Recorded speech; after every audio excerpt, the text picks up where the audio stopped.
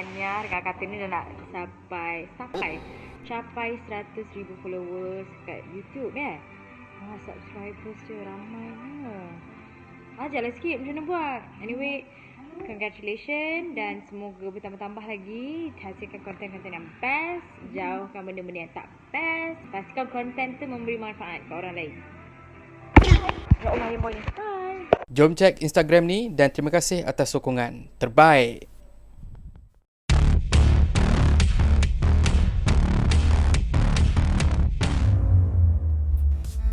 Terima kasih Nat Zainal atas ucapan sebentar tadi. Aku kenal Nat ni daripada zaman dia keluar daripada Suara. Kami pernah bekerja sekali dan selepas tu dia keluar. Alhamdulillah rezeki dia jadi seorang selebriti. Dan terima kasih juga kerana menemani hari-hari kami sewaktu tengah bersahur. Korang kena cek TV2. Ada drama lakonan dia yang terbaru. Hello guys, welcome back. Minta maaf sebab dah lama tak update pasal aku duk sibuk pasang kabinet kat belakang ni.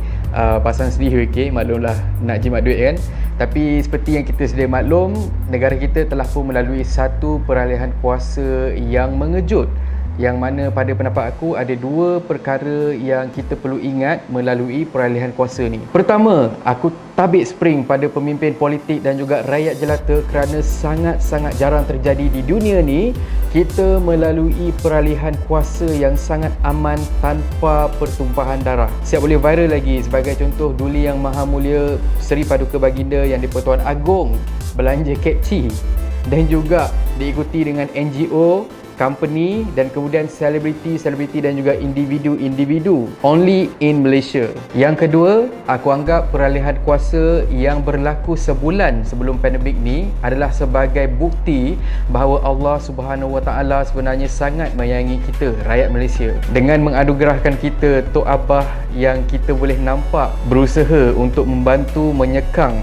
ujian dan dugaan terbesar yang pernah kita hadapi ni. Sebelum aku teruskan, aku nak kasih clear, aku bukan bercakap tentang politik, itu bukan bidang kuasa aku.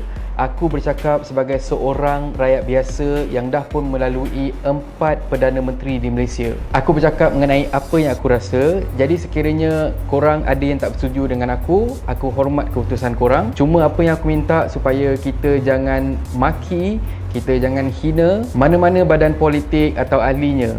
Biarlah kalau kata ahli politik tu memaki sesama sendiri.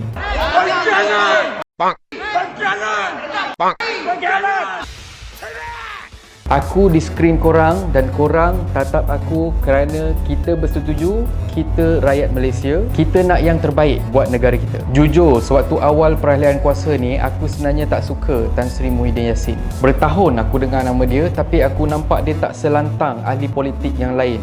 Hinggakan sewaktu dia dipilih, aku berfikir dalam hati, perakus kuasa baru ni. Cuma satu yang aku respect ialah bila Tan Sri Muhyiddin Yassin ni dia keluar daripada kepimpinan Najib Razak, yang mana pada waktu tu aku fikir savage gila sebab waktu tu dia ialah timbalan Perdana Menteri dan dia sanggup meletakkan jawatan kerana kebatilan yang berlaku di depan mata dia sendiri. Dan bila dia menjadi Perdana Menteri yang ke-8, aku dah nampak dah figure Tan Sri Muhyiddin Yassin ni siapa. Kalau Perdana Menteri yang lain, aku akan nampak yang mereka akan ungkit kesalahan ahli politik yang lain. Sebagai contoh, Najib Razak, Bahantun M. Kita pun tahu sejarah di antara Tan Sri Muhyiddin Yassin dan juga Najib Razak. Daripada Pakatan Harapan bertukar menjadi Perikatan Nasional, aku tak nampak Tan Sri Muhyiddin Yassin ni dia mengutuk kau-kau ahli politik yang lain seperti tradisi yang pernah dilakukan oleh Perdana Menteri yang lain. Sebaliknya, bila masuk kerja terus dibebankan dengan isu pandemik, arus politik yang tak menentu dan juga keluhan rakyat tak dapat BPN.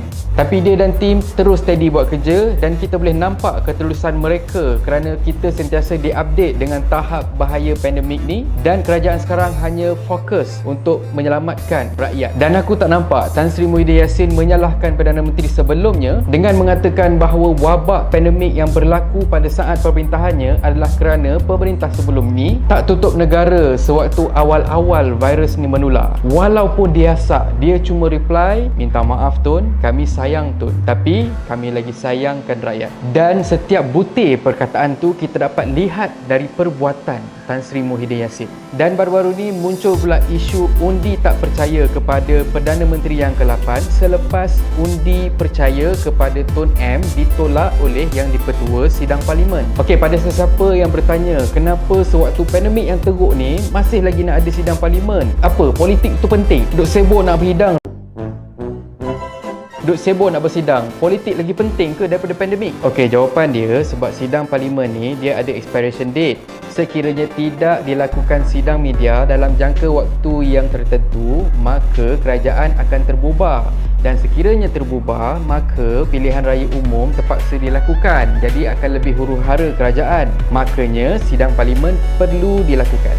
Tapi apa-apa pun, kita nak isu pandemik ni dibawa pergi ke sidang parlimen dan dibahas serta dibincangkan bersama-sama dengan ahli parlimen supaya kita boleh dapat input-input yang terbaru daripada ahli politik yang telah dipilih oleh kita dengan beranggapan bahawa mereka mempunyai kepakaran dan juga idea-idea yang boleh membantu rakyat. Tapi seperti yang dijangka, perkara lain pula yang terjadi. Bila sidang parlimen berlangsung saja, perkara pertama yang mereka usulkan ialah usul undi percaya kepada Tun M dan juga selepas tu usul undi tak percaya untuk gulingkan kerajaan yang ada sekarang ni. Maksud dia apa? Kuasa lagi penting daripada rakyat. Aku tak peduli rakyat jadi apa. Yang penting aku pemerintah, aku menteri. Allowance kanan kiri, jaga mulut kroni-kroni, rakyat pergi boleh diganti. Harta aku sana sini. Bukan diorang yang bagi. Ini semua kroni yang PM tepi. Tan Sri dan tim bersengkang mata sejak daripada bulan Mac.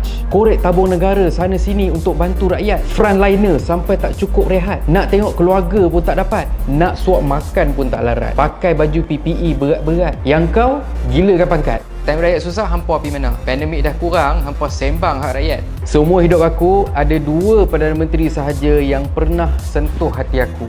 Yang pertama sekali Perdana Menteri yang ke-4 dan yang seterusnya ialah Perdana Menteri yang ke-8. Perdana Menteri yang ke-7, aku ucapkan terima kasih kerana bantu tamatkan pemerintahan Perdana Menteri yang ke-6. Tapi selain daripada itu, aku memang sangat-sangat kecewa. Tapi jauh di sudut hati, aku berharap ini hanyalah mainan daripada Perdana Menteri yang ke-7 untuk pastikan PM tepi tak dapat kuasa seperti yang dijanjikan di dalam manifesto. Sebaliknya, drama ni dibuat untuk memberi laluan kepada Perdana Menteri ke-8 yang terbukti memang buat kerja. Aku ada baca ahli politik dia nak buat usul undi tak percaya kerana kerajaan sekarang ni bukan yang diiktiraf rakyat, tapi daripada ahli-ahli pengkhianat.